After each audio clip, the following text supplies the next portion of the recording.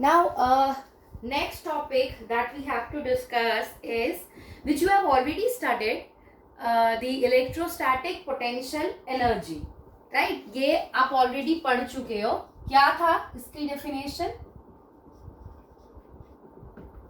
बताइए. What is electrostatic potential energy?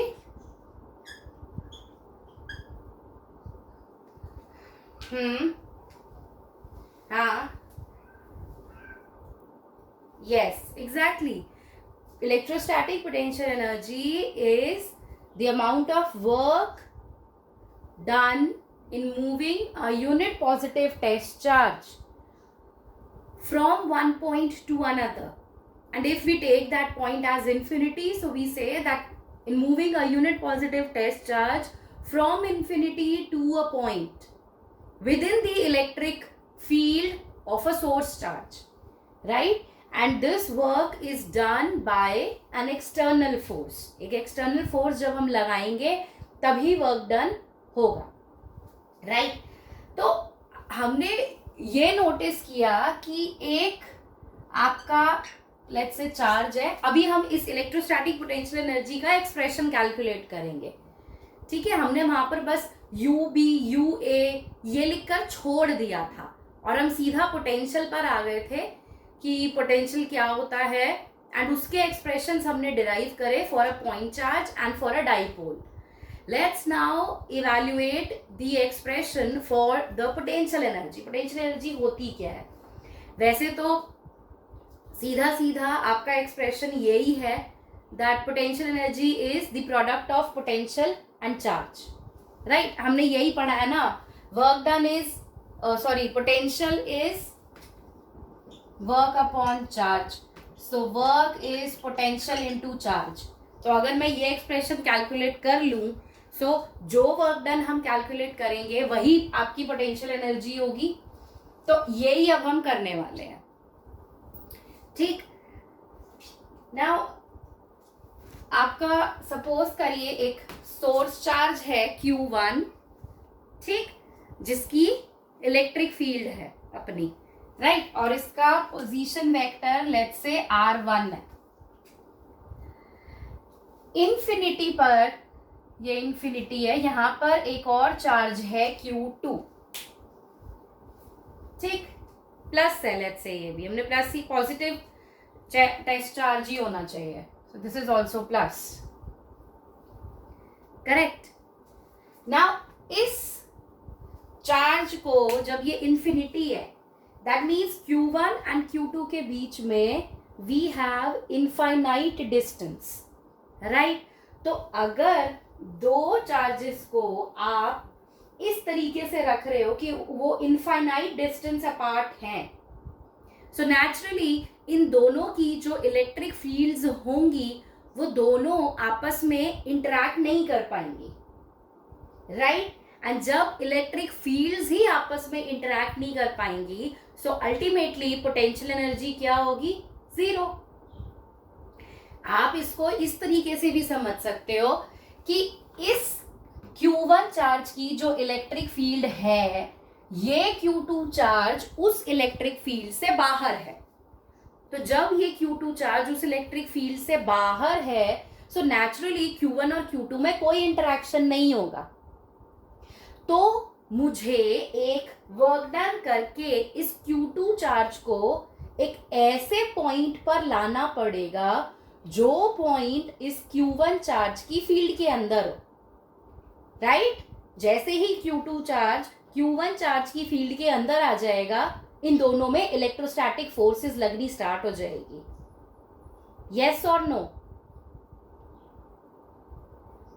And यही definition है पोटेंशियल एनर्जी की कि इन्फिनिटी से आप एक चार्ज को लेकर आ रहे हो एक पॉइंट पर जो कहां पर लाई करता है? एक सोर्स चार्ज की इलेक्ट्रिक फील्ड में. तो इन्फिनिटी से इस टेस्ट चार्ज को एक ऐसे पॉइंट पर लाने में जो वर्क डन करना पड़ेगा वो पोटेंशियल एनर्जी है. क्लियर? सो लेट्स से इस Q2 चार्ज को यहां से हम एक वर्क डन करके इस पॉइंट पर ले आए. लेट्स से ये पॉइंट है P1, ये पॉइंट है P2.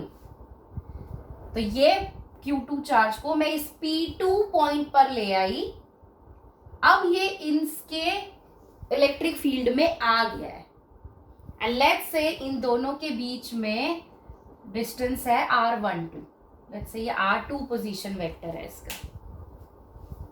समझ आया?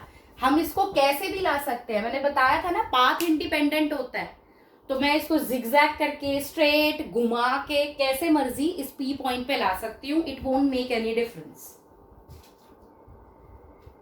क्लियर है? मैं डायग्राम एक बार फिर एक्सप्लेन कर देती हूं, ध्यान से सुनना। प्लस Q1 आपका एक सोर्स चार्ज है, ठीक, P1 पॉइंट पर रखा हुआ है, R1 इस Q1 चार्ज का पोजीशन वेक्टर है, ठीक। एक यूनिट पॉजिटिव टेस्ट चार्ज है Q2 जो इन्फिनिटी पर है। क्लियर? अब Q1 और Q2 के बीच में इनफाइनाइट डिस्टेंस हो गया। अगर Q2 इन्फिनिटी पर रखा है तो distance will be infinite. Now since distance is infinite, तो इन दोनों की इलेक्ट्रिक फील्ड्स आपस में इंटरैक्ट नहीं कर सकती, एंड जब इलेक्ट्रिक फील्ड्स आपस में इंटरैक्ट ही नहीं कर रही है ही नहीं, तो किस बात की potential energy, right? There will be no potential energy, क्योंकि कोई वर्क डन ही नहीं हुआ यहां पर। सो अगर हमें पोटेंशियल एनर्जी चाहिए तो मुझे इस Q2 चार्ज को एक ऐसे पॉइंट पर लाना पड़ेगा जो Q1 चार्ज के इलेक्ट्रिक फील्ड में हो। सो हम क्या कर रहे हैं, हम इस Q2 चार्ज को यहां से एक ऐसे P2 लेट्स से पॉइंट पर लेकर आ रहे हैं जो Q1 चार्ज की इलेक्ट्रिक फील्ड में आ गया। अब जैसे ही Q2 चार्ज Q1 चार्ज की इलेक्ट्रिक फील्ड में आ गया, उसकी रेंज में आ गया, अब दोनों चार्जेस में इंटरेक्शन होगा। सो इन्फिनिटी से इस Q2 चार्ज को एक P2 पॉइंट पर लाने में जो वर्क डन करना पड़ा वो पोटेंशियल एनर्जी है। समझ आया? अब एक्चुअल डेफिनेशन का मीनिंग कि क्या होता है इन्फिनिटी से एक चार्ज को एक ऐसे पॉइंट पर लाना जो एक सोर्स चार्ज की इलेक्ट्रिक फील्ड के अंदर है। क्लियर? इसका सीधा सीधा मतलब ये है कि मान लो मेरा घर है, ठीक है, मेरा जो रूल है मेरे घर के अंदर ही चल रहा है, मेरे घर के बाहर जितनी सारी चीजें हैं, जितने सारे लोग हैं, उन पे मेरा कोई कंट्रोल नहीं है। लेकिन अगर वर्क डन करके मैं बाहर से एक बच्चे को पकड़ के अपने घर के अंदर ले आऊं, अब वो मेरे फील्ड के अंदर आ गया, अब मैं उस पर अपना रूल जमा सकती हूँ, अपनी फोर्स लगा सकती हूँ। ये वही बात है। तो इन्फिनिटी से P2 पॉइंट पर हम चार्ज ले आए। क्लियर? सो नाउ सिंस आप Q2 को अब इसकी फील्ड के अंदर ले आए हो, तो कितना potential Q1 charge Q2 charge पे लगाएगा? ये एक सिंगल चार्ज है, यस करेक्ट, ये सिंगल चार्ज है। सिंगल चार्ज की वजह से इस पॉइंट पर पोटेंशियल होगा 1/4 pi epsilon not Q1 by R12 let's say, जो इनके बीच का पोजीशन वेक्टर है। करेक्ट? KQ बाय R, जो आपने फॉर्मूला पढ़ा है। नाउ वर्क डन, अब हमें निकालना है work done. Work done in carrying the charge Q2 from infinity to this point P2, this will be equal to potential into charge। Correct? ये formula आपने पढ़ा है, 10th में भी पढ़ा है ये। सो पोटेंशियल है आपका 1/4 pi epsilon not Q1 upon R12, and charge कौन सा है? दूसरा, जो आप Q2 को लेकर आए हो। So this 1/4 pi epsilon not Q1 Q2 by R12, and यही पोटेंशियल एनर्जी है। This work done will be stored as potential energy in the object. Yes or no? ये एक्सप्रेशन तो वैसे आपको पहले से पता ही है कि यही आना चाहिए, V इंटू क्यू होता है वर्क डन, तो पोटेंशियल आपके पास ऑलरेडी है, उसको एक दूसरे चार्ज से मल्टीप्लाई कर दो। बट हाँ, ये करने का तरीका क्या है, कैसे हम इन्फिनिटी से एक चार्ज को दूसरे पॉइंट पर लाते हैं, ये आपको पता होना चाहिए। हाँ जी,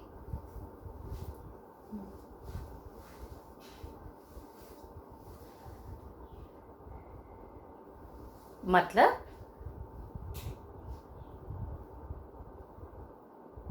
एक्सटर्नल फोर्स लगाया ना हमने एक एक्सटर्नल फोर्स लगाई, उस एक्सटर्नल फोर्स को लगाकर हम Q2 को P2 पॉइंट पर ले आए हैं। अभी पिछली क्लास में यही तो पढ़ा था कि एक इलेक्ट्रोस्टैटिक फोर्स ऑफ रिपल्शन लगता था, उसके ऑपोजिट हम एक्सटर्नल फोर्स लगाकर चार्ज को इन्फिनिटी से एक P2 पॉइंट पर ले आते थे। एंड वो एक्सटर्नल फोर्स सिर्फ इतनी होती थी जो उस रिपल्सिव फोर्स को काउंटर बैलेंस कर लेती थी। यस, ठीक है। है कब लिख दिया अभी?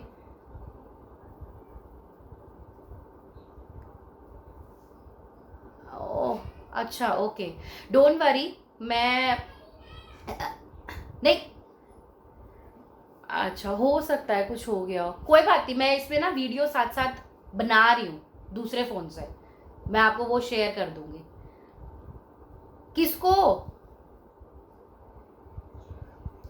अच्छा अब ठीक है, अब बिल्कुल क्लियर दिख रही है स्क्रीन आप लोगों को? ओके ओके, बता दिया करो, रोक लिया करो मुझे, ठीक है? ये चीज आपको समझ आ गई?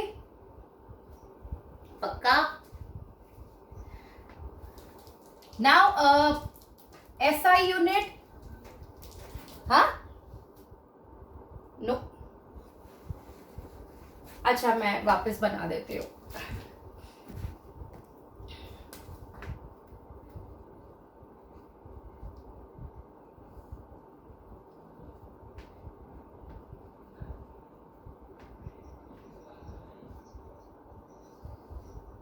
फिलहाल अभी तक हमारे पास कोई भी अपडेटेड सिलेबस आया नहीं है कि कट होने पर ये अपडेटेड सिलेबस है, तो देखते हैं